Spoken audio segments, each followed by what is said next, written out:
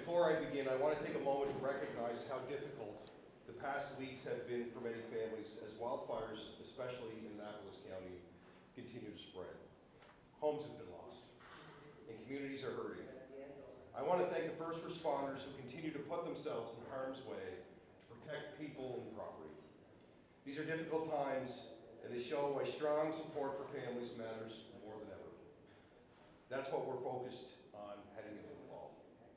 This week, families, including my own, are getting ready to send our kids back to school. And over the summer, we've been across the province, listening to people about the challenges that they're facing.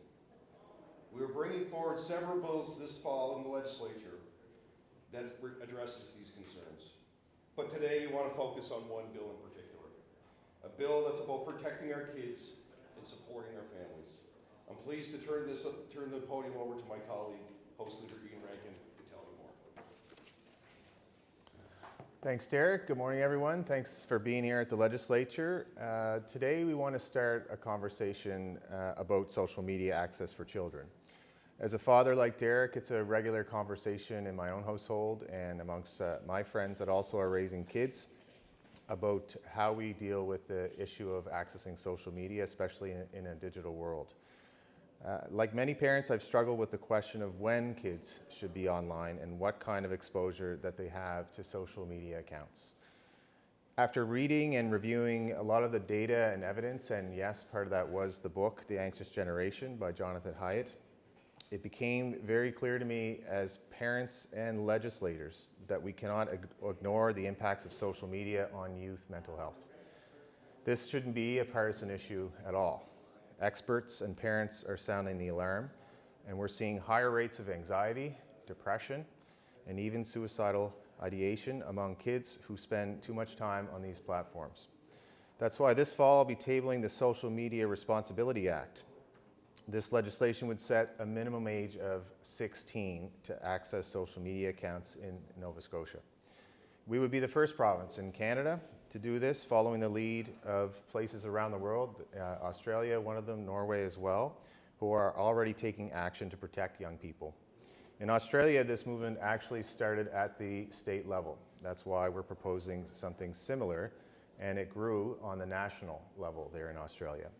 We believe the same can happen here in Canada. By starting in Nova Scotia, we can push for action at the federal level to make these protections more effective. We see this even happening south of the border in the United States, where Florida has started to take action. Last year, the government put a restriction on cell phones in schools to reduce distractions and support student well-being. We think that is a step in the right direction. We think that that should go further. This bill takes the same principle beyond the classroom so kids are safer in the school, but also at home. At the heart of this, it's about making Nova Scotia the best place in Canada to raise a family.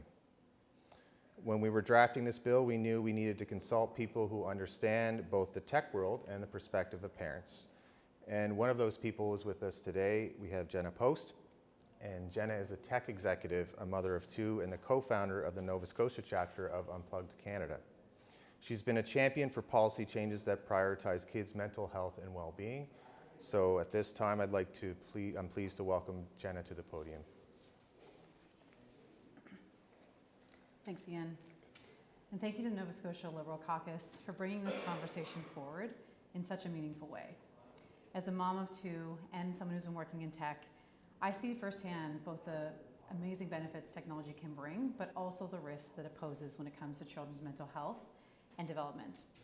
Through my work with Unplugged Canada, I've heard from parents across the country.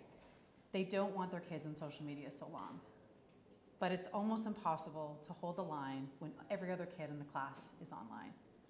That's why policy like this matters. It levels the playing field for families, and it gives parents the support they need to raise their kids in a safe environment. And other countries around the world are showing leadership on this.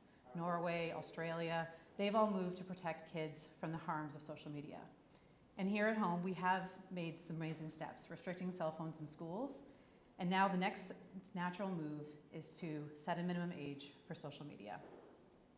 Because the evidence is overwhelming. There's a growing body of global research pointing to the same conclusion. Early and overexposure to social media is driving anxiety, depression, loneliness, and harm, at unprecedented scales among our youth. We can't afford to wait. Nova Scotia has the chance to show leadership in protecting kids and supporting families. I hope this is the start of an important conversation and that the government of Nova Scotia will implement these changes. Parents across the country are calling for action, and this is the kind of leadership we need. Let's make Nova Scotia a place where kids can grow up healthier, stronger, and free from the pressures of social media too soon. Thank you. Back to Derek. Big question.